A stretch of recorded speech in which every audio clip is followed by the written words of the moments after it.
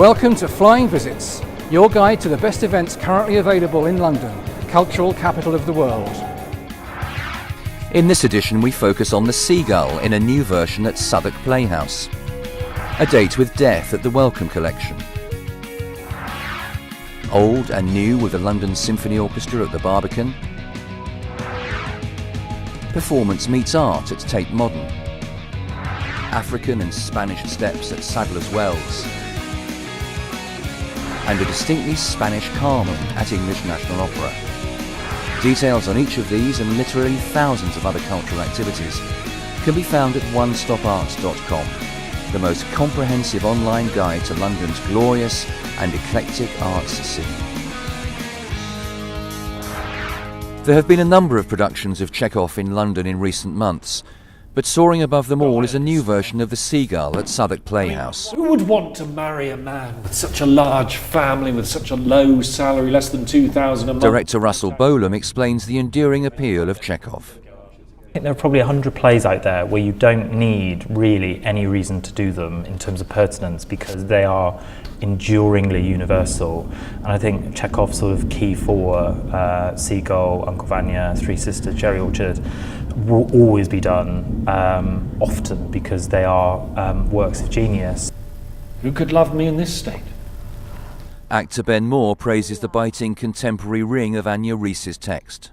It feels very current, and I think that's what critics and audiences are touching on. They're feeling like, oh, this is today. These are the people who are around today.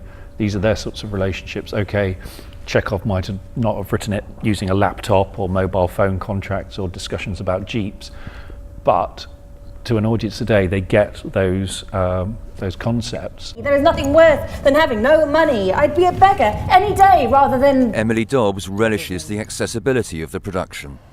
It's about making it accessible to a modern audience and, you know, not wallowing in the dearth of what Chekhov is seen to be and sort of kind of relishing the misery.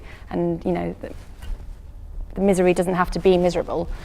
So that's what makes it so exciting as an actor, I think. And they come together for this. The Seagull at Southwark Playhouse until December 1st. Richard Harris, a former antique print dealer based in Chicago, has built a unique collection devoted to the iconography of death and our complex and contradictory attitudes towards it. For Death, a self-portrait, Harris has brought 300 pieces from his collection to the Welcome in Euston Road for their major winter exhibition. Death, a self-portrait, at the Welcome Collection until February 24th. At the Barbican, Sir John Eliot Gardiner conducts the London Symphony Orchestra in Beethoven's Piano Concerto No. 4 with soloist Elizabeth Leonskaya and Walton's Symphony No. 1. The concert also features Edward Nesbit's Parallels, an LSO Panufnik Young Composers Scheme commission conducted by winner of the 2010 Donatella Flick LSO conducting competition, Clemence Schult. The London Symphony Orchestra at the Barbican Hall, November 29th.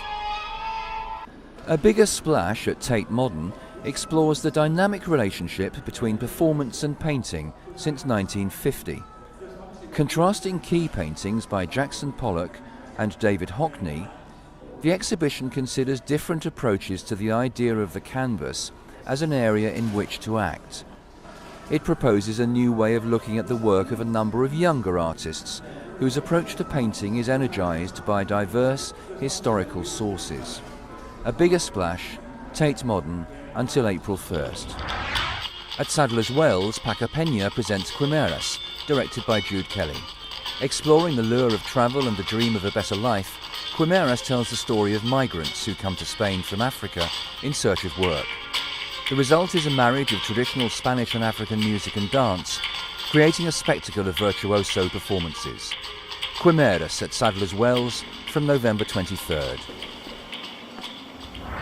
There's Spanish authenticity in English National Opera's Carmen at the Colosseum. Calixto Beato is another major international artist coming back to the UK. It's one of his great productions, and it'll be really interesting to see what sort of journey he takes this particular piece on when it comes to E&O. Probably the most popular opera in the world, Carmen scandalised its earliest audiences with its raw depiction of lust among the lowlifes of 19th century Seville. In presenting it as a full-on battle of the sexes, fought out in a Spanish bull ring, Calixto Bieto's hugely popular production is arguably truer to the spirit of Bizet's original than most more conventional stagings. It will be a Carmen which the opera novice will recognise, but the regular E&O opera goer, I think, will really get something stimulating out of it. Carmen, English National Opera, until December 9th. Each of these events and thousands of others are listed at onestoparts.com. It couldn't be easier to select your event, plan your visit and book your tickets. A few clicks with credit card to hand is all you need. Simply visit onestoparts.com, select your event and follow instructions to book tickets. We hope you've enjoyed this guide to the best of London's culture, but whatever you do when you're in this wonderful city, remember, enjoy London.